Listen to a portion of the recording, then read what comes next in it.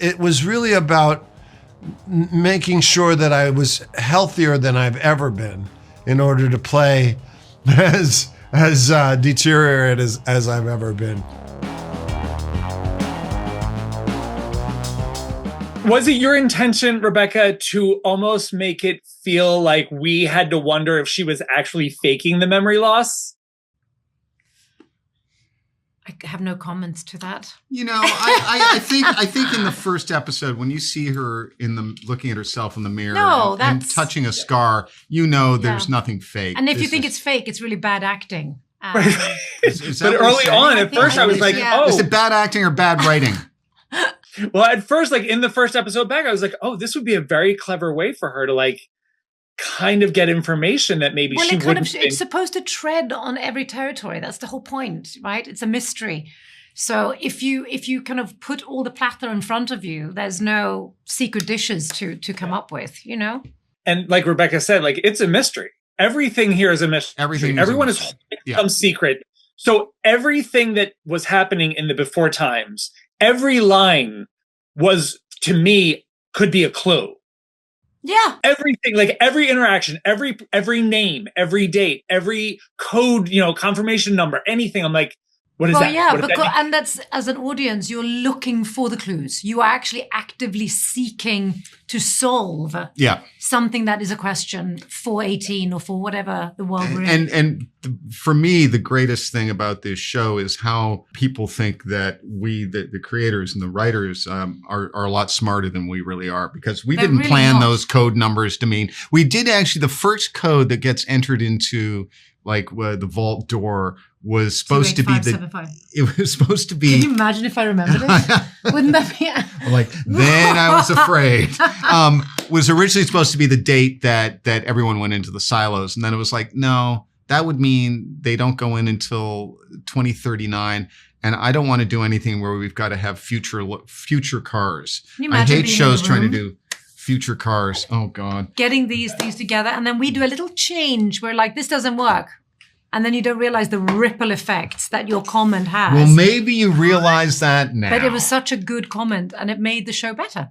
I cannot wait. And I don't want to spoil anything, but like this, what you have teed up for what comes next after all of this, and the intersection of characters. Like, again, I've tried to figure out the entire season whose voice I'm hearing sometimes. Mm-hmm. And I'm like, I was wrong. I'm so excited. If you send me $100, I won't tell you. There you go. Kidding. Thank you. If you don't send me, I will tell you. Wait. How was this arc explained or pitched to you? Graham told me in the beginning, he's going to look like a bad guy, but he might not be. This was at the beginning of the series? Yeah. Wow. So you've been playing this guy for 3 seasons at this point. You spent 2 seasons as the bad guy. Well, no, yes, with the knowledge that it's not exactly how you think it is. I'm holding on to secrets and information that no one else can know. How much of this season were you aware of back in season 1? I was aware that things would change. I was aware that there would be a different Bernard in the 3rd season. It feels like a very, and I just spoke with Rebecca about a very exhausting performance. Because you had to maintain a level of basically deterioration or almost physically failing. How was that, having to live in this body that was burnt and scorched on the inside and going through this emotional juggernaut of changing his views? Well, difficult because I am someone that really takes care of their health, and so I take pride in having a healthy body and metabolism, but I had to, as you say, be in this deteriorated body. It's all the more important to maintain your health when you're playing something like this. I've always been aware of the fact that the mind can fool the body. Like if you're playing something like that all day long, by the end of the day, your body thinks you're actually like that. And so it was really about making sure that I was healthier than I've ever been in order to play as deteriorated as I've ever been. Because it's right. This isn't even just a case of like, oh, he's laying down and, he's taken ill. People are literally carrying you. You are doing, like, people are doing for you what you cannot do. Yes. And the thing about burn victims is that they are in constant pain. So anytime the cameras rolled, I had to be in that state of, just intense pain. And so you're battling through the pain to speak. But, it's something I've learned how to do over the years is manage the time that I'm in that. When I was younger, I'd be in it all day long. But I've learned how to go from that into not doing it. So not holding on to it for the whole day. How was it getting to actually finally have scenes with some of these characters that you've seen for 2 seasons, but really never crossed paths with, and be in the dynamic where he needs them? Interesting. And what a great group of actors to work with. I mean, Graham put together such a great team of really lovely people. From the actors to the crew to the directors to the writers. People were really good to each other on the set. And I think that was essential because of the dark nature of some of the story.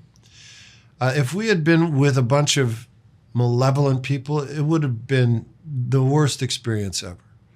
But it turned out to be a great experience because the producers took care of everybody. And we had short enough days so that people could go home at the end of this darkness and be with their kids and be with their family or go out on dates or go to a play, or because they were allowed to have a real life. I think they were able to achieve something pretty special. I think that's something we overlook in this business. I think we get into this kind of driven world where people are working crazy hours, 16 hours a day to achieve something. And it's just depleting for everyone and not worth it for me personally anymore. And ironically, all of those characters all they do basically is live to work. They're always working. They're always under some sort of stress. And then here comes Bernard, who nobody expected to see alive again.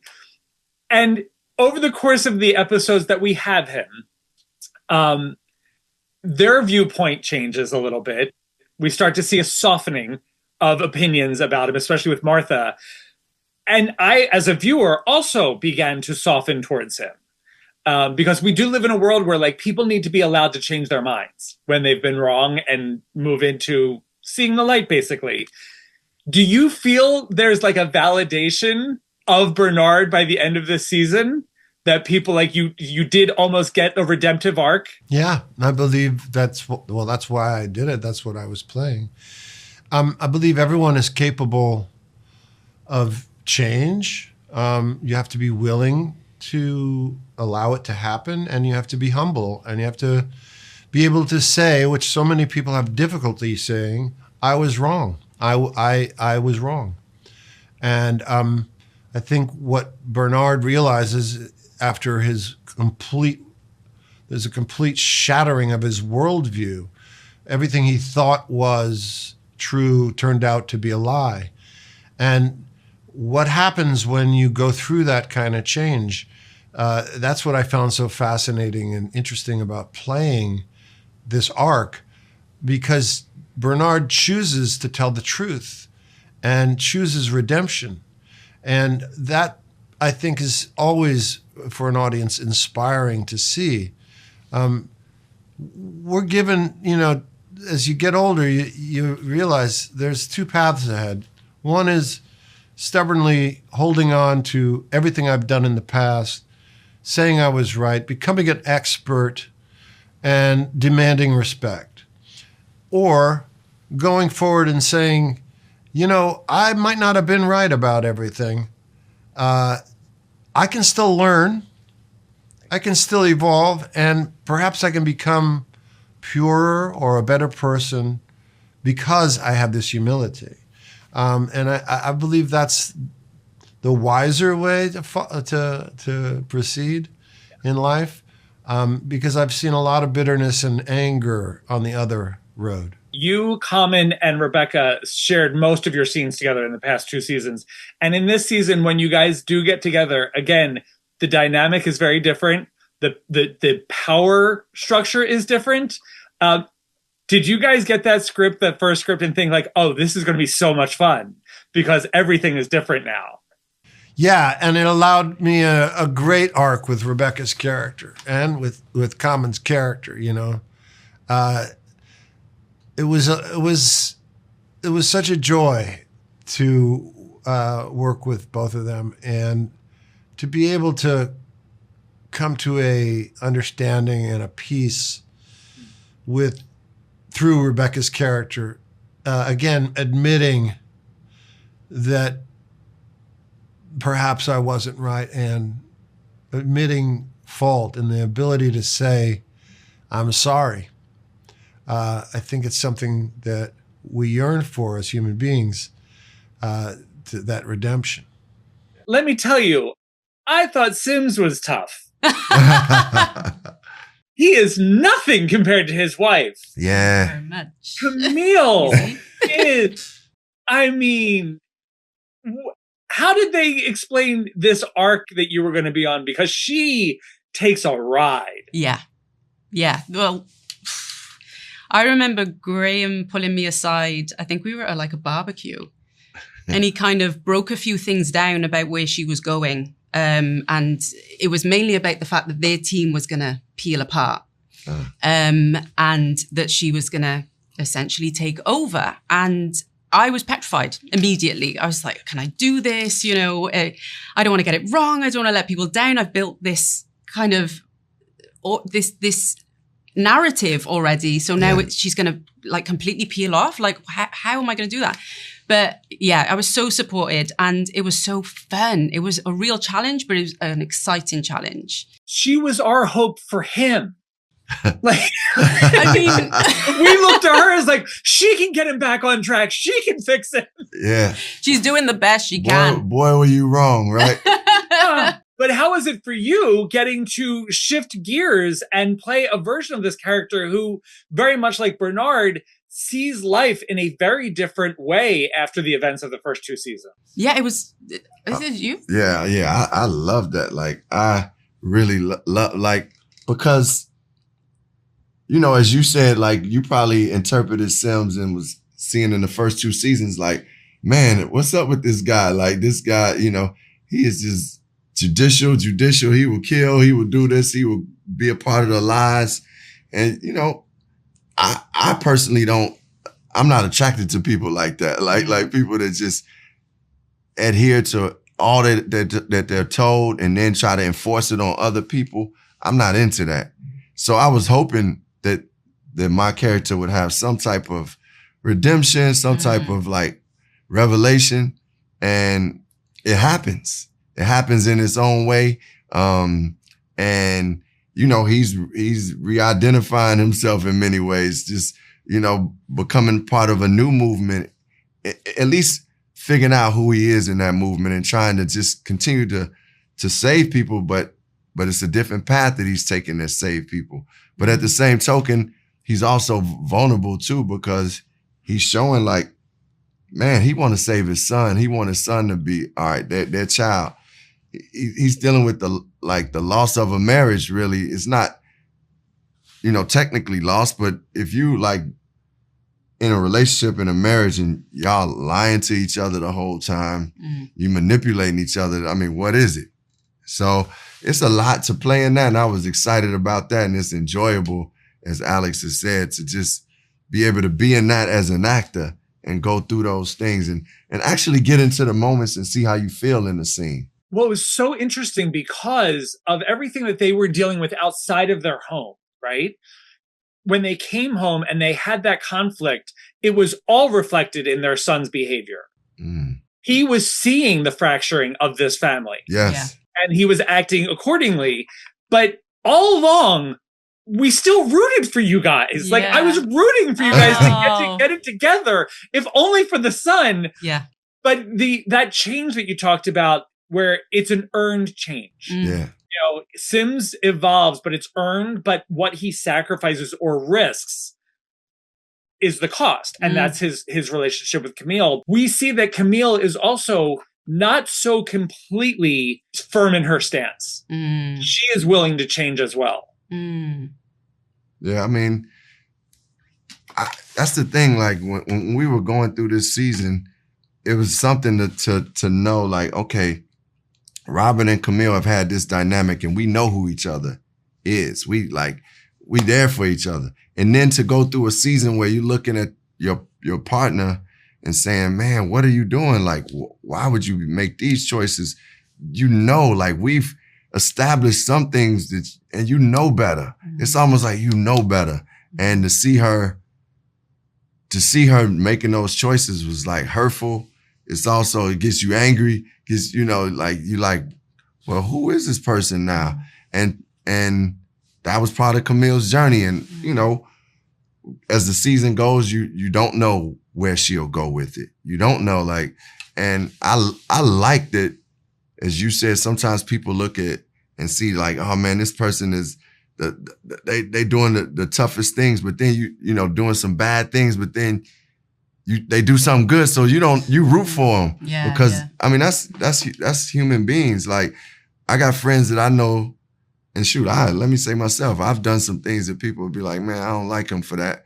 But then I also do some good things, you know? So I think, you know, that's what humanity is. And I hope that we've been able to show that in these characters and in this show. Very much so. And Camille, as her actions get more dramatic and desperate, I'm thinking it can't get worse. Like, she is now the villain. And then in the last episode, we find someone who's even worse than her. Right. And she's been talking to him all along.